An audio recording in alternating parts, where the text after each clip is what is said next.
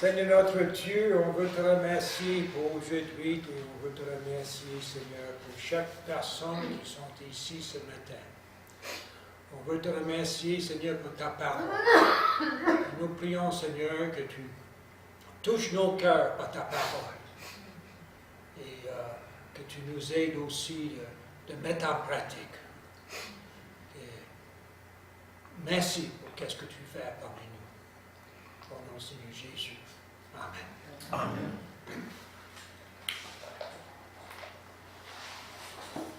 Selon le titre, nous avons écrit ça ce matin. Jonas le missionnaire.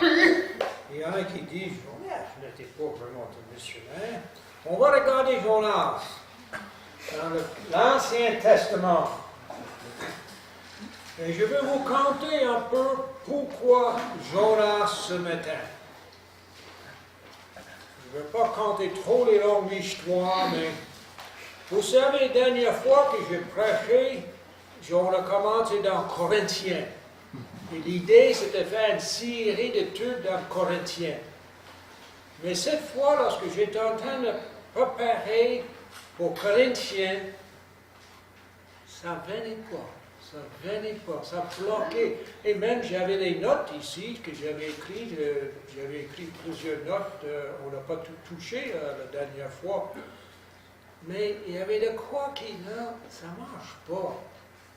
Il avait préparé une leçon pour 3 enfants à Arma pour vendredi soir. Et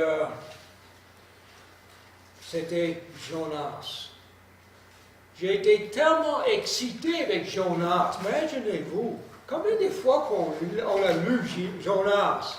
Peut-être vous aussi, vous le faites plusieurs fois. Mais j'ai été excité avec Jonas. J'ai dit, il faut partager ça. Et après, j'ai dit, peut-être le Seigneur veut que je partage Jonas. Après la réunion, je dis aux autres, à moi, je dis aux parents, priez pour moi, parce que je vais prêcher dimanche. Je ne suis pas sûr. Et le monsieur dit, tu devais donner Jonas. Je dis, là. Le Seigneur est en train de me montrer, par mon frère, que peut-être c'est ça le sujet qu'il faut toucher. Et vous avez entendu parler peut-être de Jonas combien de fois? Vous connaissez l'histoire, j'imagine. Mais on va regarder nouveau cette histoire dans l'Ancien Testament. Jonas. Pour ceux qui sont nouveaux ici, je ne suis pas le pasteur. Mais l'Assemblée a la gentillesse de me laisser prêcher une fois par mois. Et j'apprécie beaucoup ce privilège. Et on va regarder Jonas maintenant.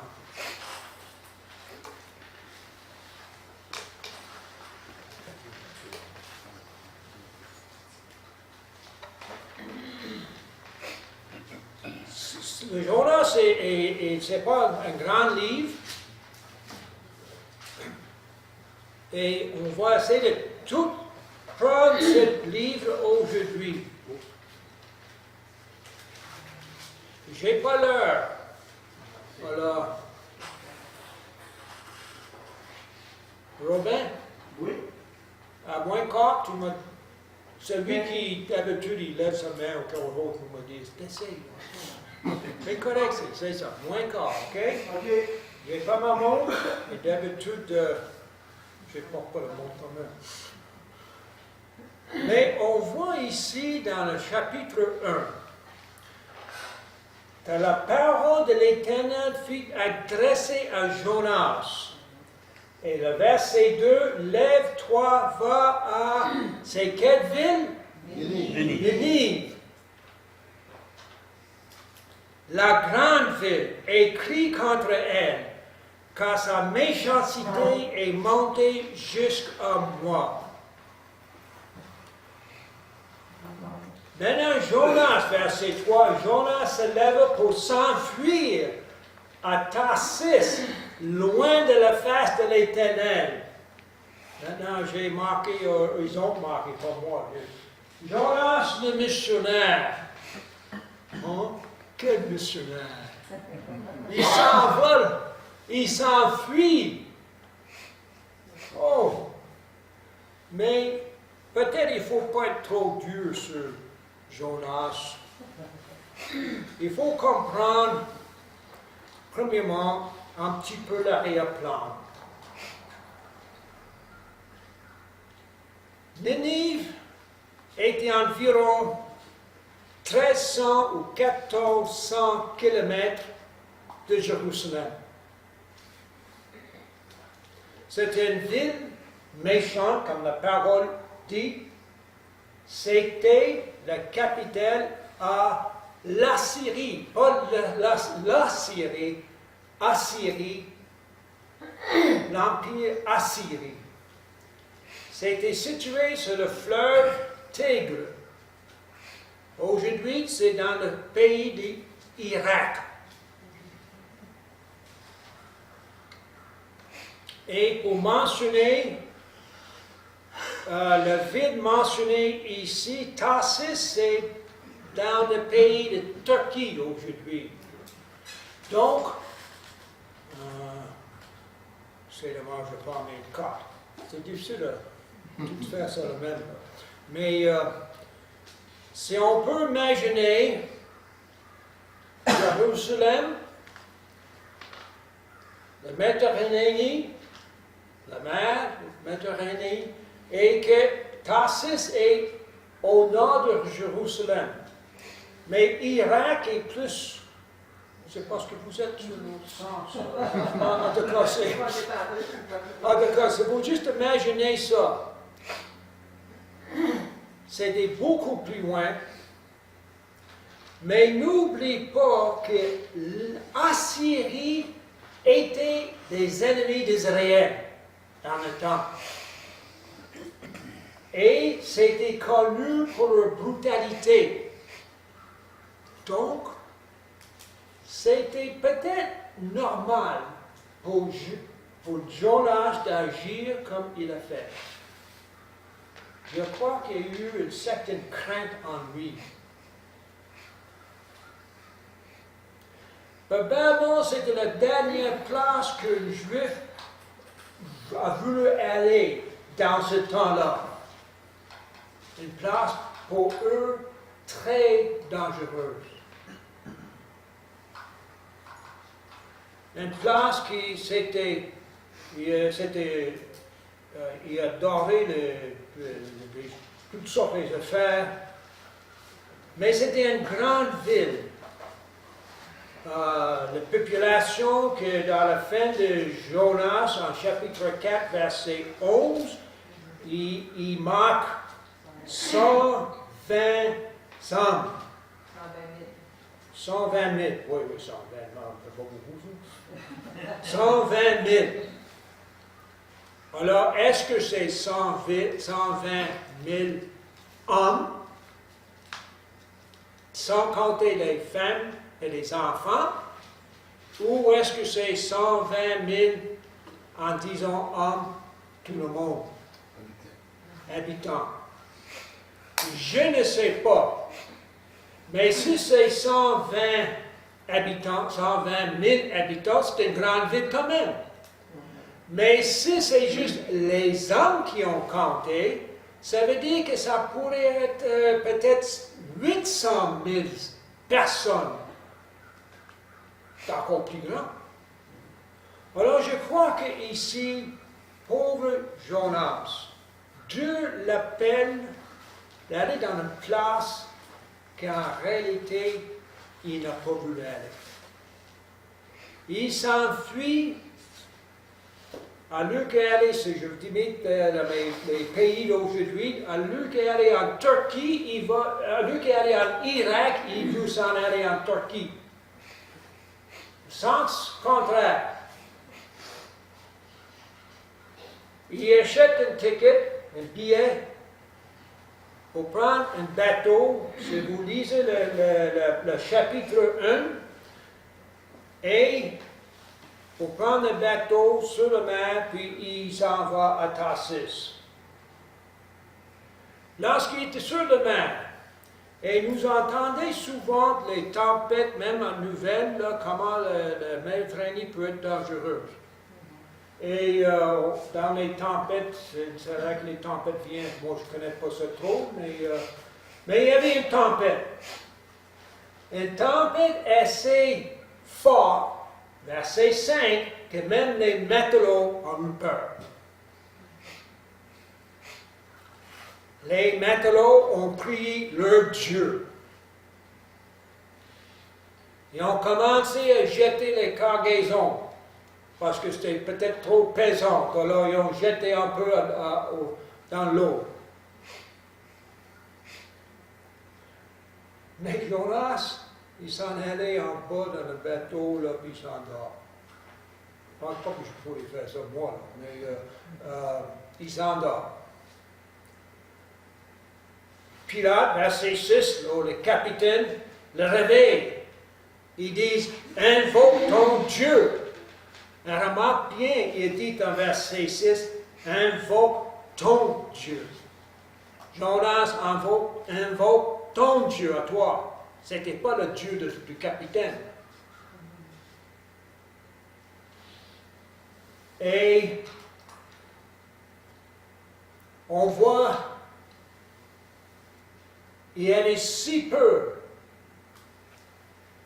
Il a voulu être certain, hey, tout le monde doit prier leur Dieu. Mais peut-être, il voyait que leur Dieu païen n'était pas assez fort. Ils disent peut-être il va y avoir une chance ici.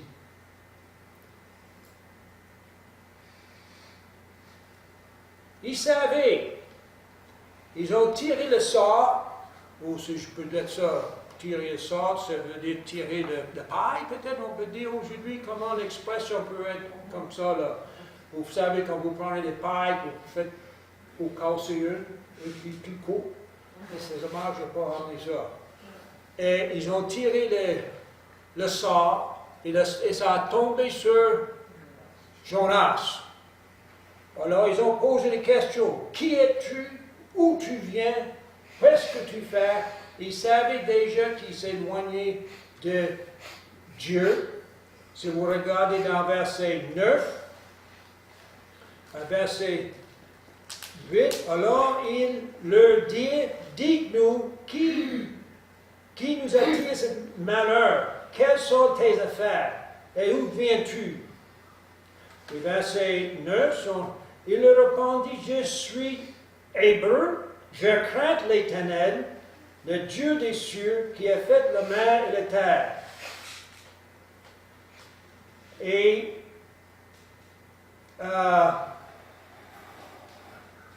alors ils disent clairement ici, je crains l'Éternel.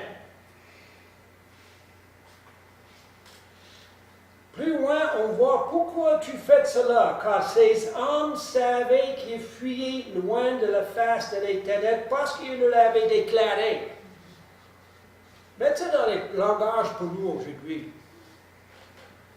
Là, on voit c'est un chrétien qui s'enfuit ou qui ne marche pas trop avec le Seigneur, puis il dit clairement qu'il fait ça. C'est un chrétien qui ne marche pas avec le Seigneur. Il n'avait pas peur de dire. Quel témoignage!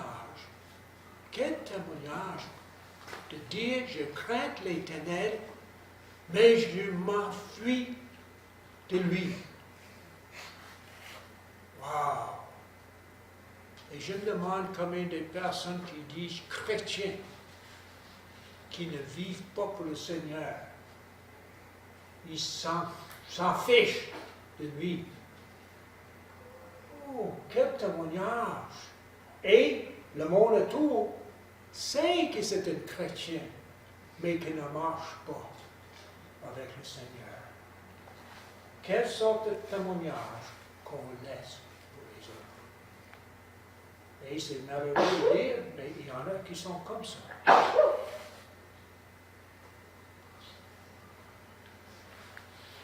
On voit plus loin qu'ils ont posé des questions, qu'est-ce qu'on va faire? Jonas a dit, jette-moi à l'eau. Et le tempête doit se calmer. Et je me demande si Jonas pensait que ça va être mieux d'être jeté à l'eau que suivre le Seigneur, suivre la volonté du Seigneur. C'est mieux d'être mort dans l'eau là, que continuer d'aller dans cette place de Ninive. Il n'avait aucun désir de suivre la volonté de Dieu. Quel missionnaire! Quel témoignage! Ils l'ont jeté dans l'eau, comme vous savez, et la tempête se calmait. Mais le Seigneur avait, je vais utiliser mes propres mots, mais le verset 2, verset 1. L'Éternel fit venir un grand poisson pour engloutir Jonas. Et Jonas fut dans le ventre de poisson 3 jours et 3 nuits. Il y a une question ici. Comment ça, un poisson assez gros qui peut engloutir un homme entier tout rond sans le manger? Et c'est là, et je pense que le pasteur a parlé de ça il n'y a pas longtemps aussi. Dans le livre,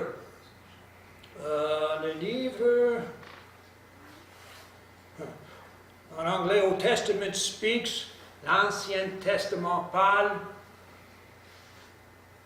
écrit par Samuel, je ne sais pas, Strauss, on va dire, je ne sais pas.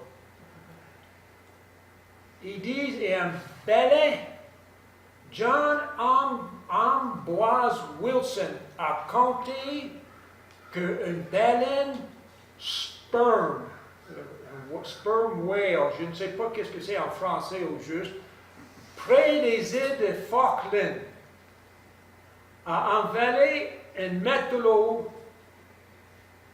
3 jours après, il était secouru.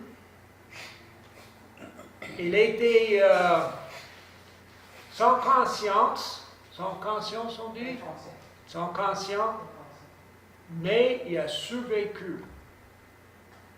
Et après, il est revenu à lui-même, puis il a survécu une vie normale. Alors, ça veut dire qu'il y a des baleines qui peuvent faire engloutir un homme. Ce n'est pas juste une histoire comme les critiques qui critiquent la Bible en tout temps, qui disent que ce n'est pas possible. C'est là qu'il y a une baleine qui peut. Intéressant. Vers chapitre 2, le verset 2, Jonas dans le ventre de poisson priait l'Éternel. Et on voit la prière ici, si vous lisez le chapitre 2. Je trouve intéressant. Ça veut dire qu'il est encore vivant, lui. Je ne sais pas comment il a senti, lui, par exemple. Pour moi, il était serré pas mal dans le ventre. Dans le ventre. Mais il a prié.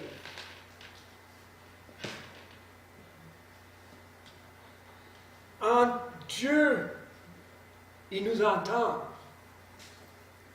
Et combien de fois les chrétiens doivent aller, ou les non-croyants même, doivent aller au fond complètement avant de lever leur tête vers l'Éternel. Et dans la prière, on voit qu'il est allé jusqu'au verset 7, je suis descendu jusqu'aux racines des montagnes. Alors, ça veut dire qu'il a descendu loin dans l'eau, jusqu'où les montagnes commencent. Il était au fond. Et combien de personnes, lorsqu'ils sont au fond complètement, il n'y a pas d'autre place de regarder qu'en haut. Et il n'y a pas d'autre place. Et c'est là que Jonas a crié, « Au secours! » Je trouve intéressant. Lorsqu'on fait cette étude ce matin, pensez, pas juste l'histoire de Jonas. Il y a trop souvent, on lit l'histoire et on dit, « Ah, pauvre Jonas. » Puis c'est fini là. Lorsqu'on lit ici, on regarde ici, puis si on n'a pas le temps de finir, regardez ça chez vous. Regardez l'Éternel, les caractéristiques de l'Éternel, la miséricorde et l'amour de l'Éternel, l'emphase sur Dieu. Et regarde dans la prière, ça veut dire que dans le ventre d'une baleine, un grand poisson, Dieu entend la prière même de Jonas. C'est quelque chose. Je ne sais pas comment ça sonnait dans le ventre, le grand poisson. Mais Dieu a entendu. Ça veut dire que nous ne pouvons pas échapper de Dieu. Jonas l'a essayé. Ça n'a pas marché.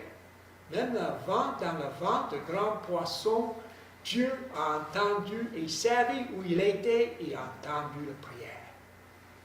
Dieu connaît toutes choses. Dieu est avec nous dans des places incroyables. Dieu ne nous abandonne pas. Et je trouve ça vraiment merveilleux de voir. Dieu n'a pas abandonné Jonas. Il a entendu la prière.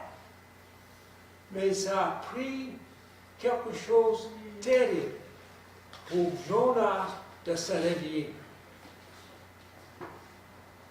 et prier. Comme il est loin, les personnes doivent aller avant de crier à l'Éternel. L'Éternel est là, il nous entend et il répond même dans les circonstances extrêmes, il répond à nos prières. En face de la mort, Jonas a prié.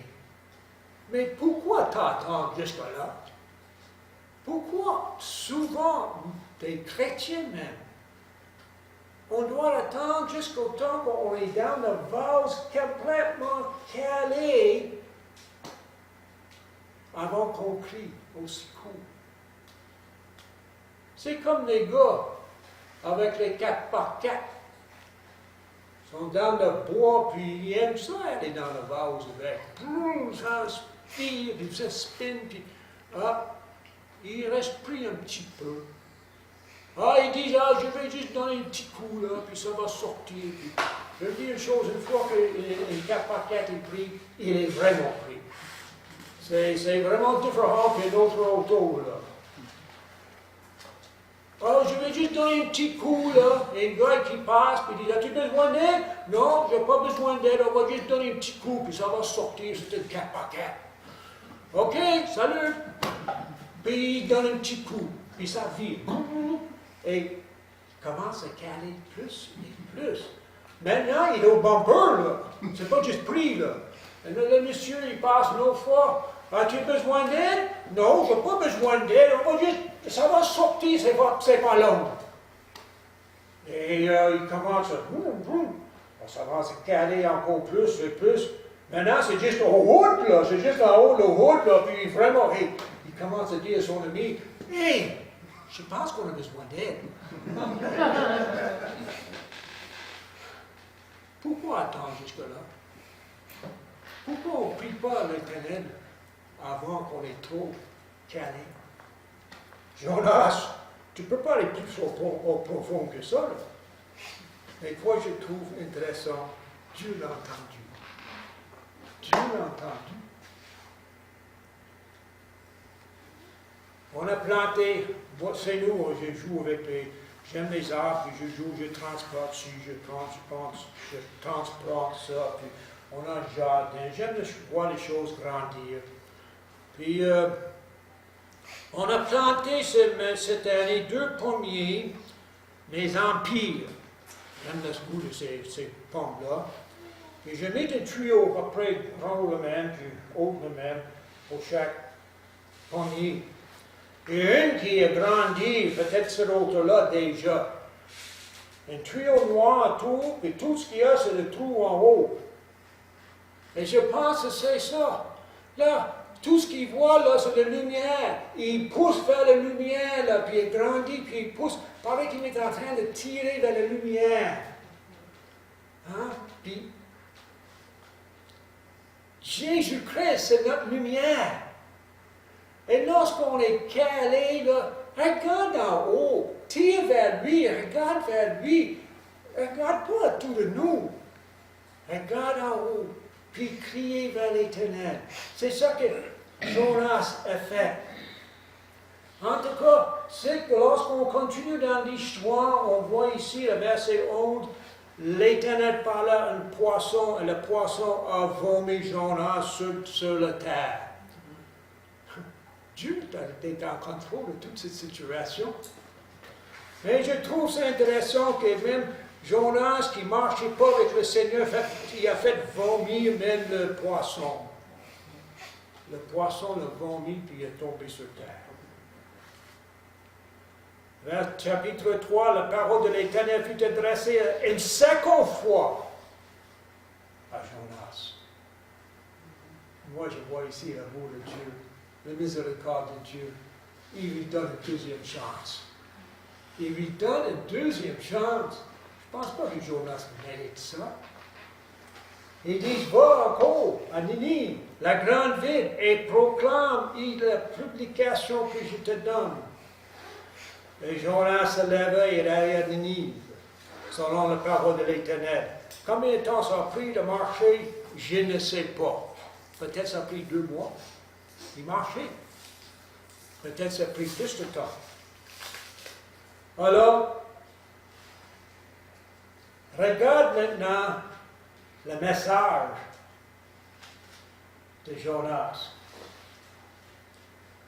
Jonas, verset 4. Jonas fut d'abord dans la ville une journée de marche et cria en disant, encore 40 jours et Ninive est détruite. C'est ça la prédication. Et comme des mots, ça. Complet. Je pense qu'il y a 7. C'est tout ce qui est dit. 7 mots. Imaginez-vous si le pasteur, lorsqu'il prêche, il vous donne une phrase, 7 mots, et c'est fini. Hein? Vous allez dire, qu'est-ce qui se passe? Quelle sorte de prédication que c'est? 7 mots. C'est tout ce qu'il a fait. Qu'est-ce que ça nous montre? Dieu a préparé les cœurs. Dieu a préparé des cœurs d'avance. Jonas n'était pas un prédicateur d'élégance, mais Dieu, malgré tout, a utilisé Jonas. 7 mots et beaucoup de personnes sont venues au Seigneur, si j'ai dit ça dans mes propres mots. Et ça repentit. Wow! Il y a une histoire concernant Charles Spurgeon, un grand prédicateur dans son temps. C'était une tempête de neige. Le prédicateur qui était supposé aller dans plusieurs églises pour prêcher, c'était un prédicateur qui faisait le tour de l'église. À cause de la tempête, il n'était pas capable d'arriver. Là, c'est celui qui était responsable pour le culte, celui qui a prêché. Puis il n'était pas capable de dire grand-chose. Ce n'était pas sa place. Et tout ce qu'il a fait, c'est un verset. Il a prêché sur ce verset, il l'a lu, et c'était fini. Alors, il ne savait plus quoi dire. Alors, il a lu encore, et je ne sais pas combien de fois il a lu. Un enfant qui est entré, je ne me souviens pas l'âge que dans ce temps-là, est entré en arrière pour échapper de tempête. Il s'assit. Mais Dieu a parlé à cet enfant, et il a accepté le Seigneur. Et cet enfant, c'était Charles Spurgeon. À cause de la prédication d'un homme, qui n'était pas élégante du tout. Et il ne savait pas quoi dire plus que juste un verset. Mais Dieu a travaillé pareil parce que c'est Dieu qui a préparé le cœur. Et c'est la même chose à Ninive. Il savait. Vous savez, comme des fois des personnes vont dire, oh oui, mais on dit que tous sont sans excuse dans Romains. Puis il y en a qui disent, oh oui, mais ceux qui sont loin dans le jungle, qui n'ont jamais entendu, puis qui n'ont pas l'opportunité, qu'est-ce que Dieu va faire avec eux? Et la Bible nous dit que c'est par la nature, si on voit la création de Dieu. Et je crois que c'est la réponse ici. S'il y a quelqu'un loin, quelque part au fond, quelque part, qui n'a jamais entendu, puis il cherche, dans son cœur, il cherche vraiment de savoir plus. Dieu connaît le cœur, et Dieu prépare le cœur, et je suis certain que Dieu va envoyer un missionnaire dans ces places-là. Et je crois que c'est la situation ici. Dieu connaissait le cœur de ces personnes, de ces grandes villes. Et il a préparé Jonas, qui n'a pas voulu aller. Le prédicateur me dit une fois, Dieu ne te force pas d'aller contre ta volonté, mais il va te travailler en toi jusqu'au temps que tu es prêt à aller. Volontairement. Jonas n'était pas prêt à aller au début, mais après cette grande expérience qu'il a eue, il était prêt à aller. Mais il était allé contre cœur, je crois, en réalité. Et la prédication n'était pas longue. J'espère je ne sais pas s'il avait peur de prêcher trop longtemps. Dieu travaillait pareil. Mais regarde la réaction de Jonas, chapitre 4. Cela déplut fort à Jonas et il fut irrité.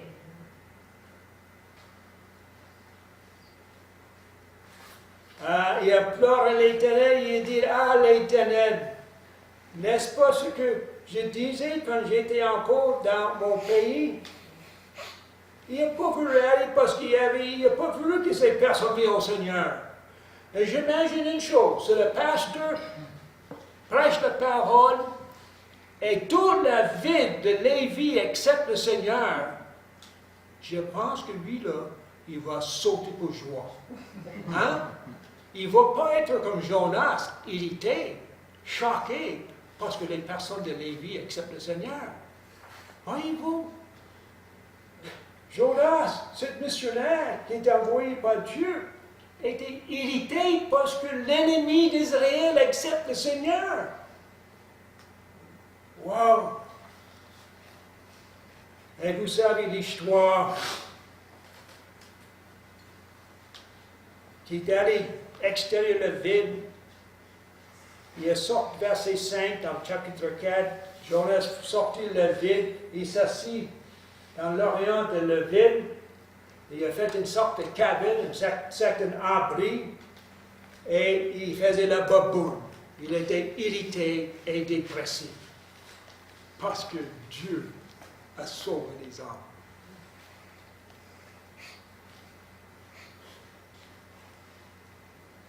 Et à cause de la chaleur, le Seigneur a fait grandir une plante. La Bible nous dit racine, puis là je ne sais pas quelle sorte de plante que c'est, mais ça a donné l'ombrage à Jonas. Mais après, on voit qu'il y a une petite vague qui a mangé la plante, et ça a séché. Et on voit qu'au lever du soleil, Dieu fit souffler un vent chaud d'Orient et le soleil frappe sur la tête de Jonas au point qu'il est tombé en défaillance. Il demande la mort encore une autre fois et il dit la mort n'est préférable à la vie. Et après ça, Dieu a parlé avec Jonas.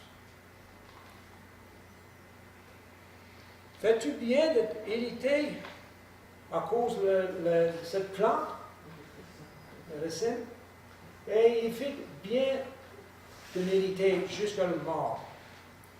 Et l'Éternel dit, tu as eu pitié du racine qui t'a fait coûter aucune peine, que tu n'as pas fait croître, qui est né dans la nuit et qui a péri dans la nuit. Et moi, je n'aurai pas pitié de Ninive, la grande ville dans laquelle se trouvent plus que 120 000 hommes qui ne savent pas distinguer leur droite de leur gauche, et les animaux en grand nombre. Jonas, tu as eu pitié pour cette plante, mais pas pour les âmes bêches. Wow! Personnellement, moi-même, ça m'a parlé. Combien de fois on a pitié pour toutes sortes de choses sur terre, mais on ne voit pas vraiment les choses de la manière que Dieu voit. Lui, il regarde le cœur. Lui, si la personne est beau ou pas beau, ou riche ou pauvre, le Seigneur ne regarde pas ça, il regarde le cœur. Et nous, nous devons regarder le cœur comme Jésus nous voit. Jonas a passé les leçons dures pour apprendre. Mais nous devons regarder les choses autour de nous comme Dieu regarde. J'ai déjà amené une illustration et je vais la mentionner une autre fois et je vais terminer avec cette illustration. Il y a bien peu que Jonas était un peu comme ça. Il y a deux paires de gants. Vraiment, quelques-unes s'en souviennent de ces deux paires de gants. Autrefois, j'ai acheté des gants cheap. Beau marché. Mais ils sont raides, sont durs. Especially quand ils sont mouillés, ils sont encore pires. Et ça même, ça fait mal à la main. Maintenant, ça prend un nain vivant dans les gants pour bouger les gants. Les gants ne bougent pas tout seuls. J'espère que nous.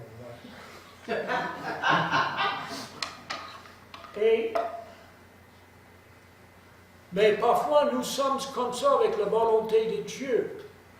Jonas, je crois, était comme ça. Dieu a dit, fais quelque chose.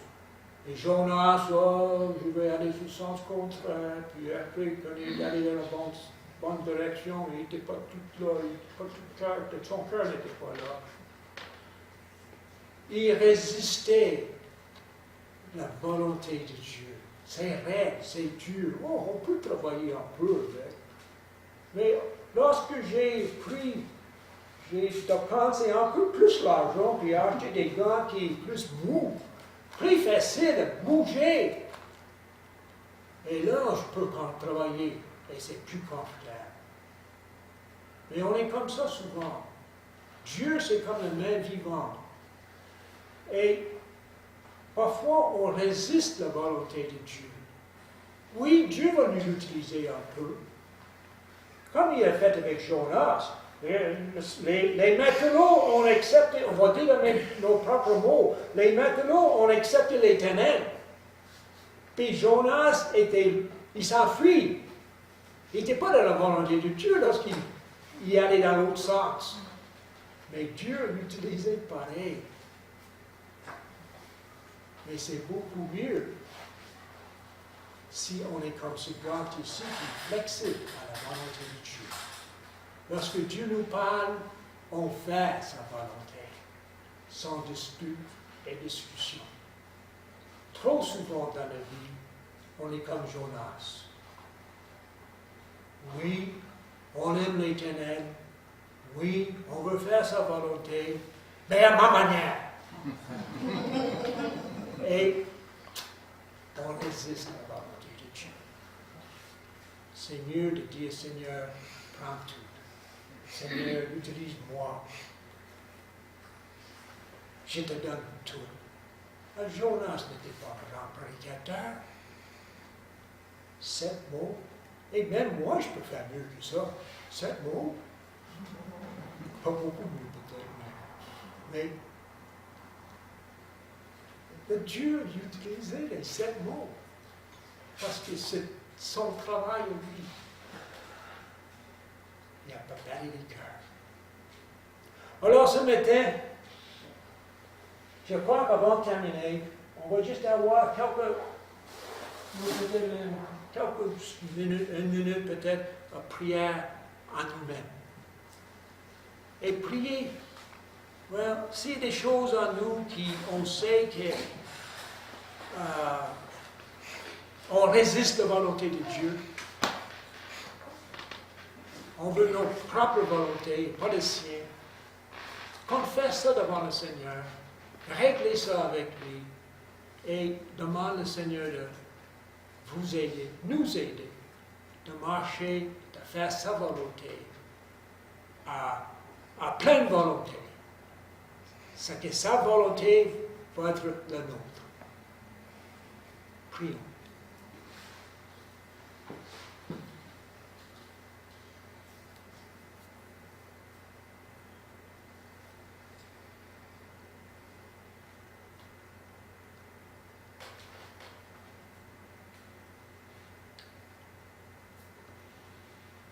Père Céleste, je veux te remercier pour cet exemple de Jonas que tu nous donnes. Ça m'a parlé.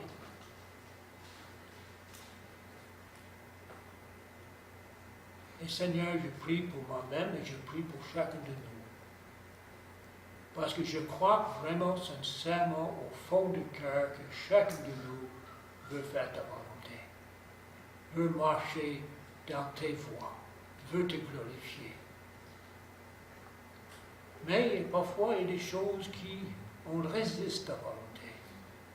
On est des êtres humains. Et Seigneur, nous prions que tu nous aides à confesser devant toi ces choses qui peuvent bloquer, qui peuvent résister ta volonté. Et que tu fais à nous, Seigneur, un désir profond de marcher comme toi tu veux, pour te glorifier. Et je te remercie, Seigneur, pour chaque personne ici. Bénis chaque. Et glorifie ton nom à chacun de nous. Et utilise-nous comme individus, chacun de nous, mais aussi comme assemblée, comme Église. Et que ton nom peut être honoré et glorifié. Et que les âmes peuvent venir à Jésus-Christ. Et grandir en Jésus-Christ. Merci. Au nom du Seigneur Jésus. Et Seigneur, avant de terminer, je veux prier pour chacun de nous. Tu connais nos cœurs. Et on a vu ça même avec Jonas, même au fond, complètement. Tu savais qu'est-ce qu'il y avait dans son cœur. Tu as entendu de prière. Peut-être des choses sur le cœur ici, sur les cœurs qui, on ne parle pas de ça. On ne mentionne pas. Mais tu les connais.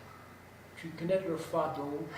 Nous prions, Seigneur, que tu les aides, chacun, dans leur fardeau, dans les circonstances de vie, parfois qui est difficile. Que tu encourages chacun, que tu les soutiens et tu les fortifies. Merci. Et aide chacun de nous à regarder vers toi en tout temps. Jonas est obligé d'apprendre ça. Qu'on soit comme ce petit pommier qui pousse vers le soleil constamment. Et qu'on regarde nous vers Jésus-Christ.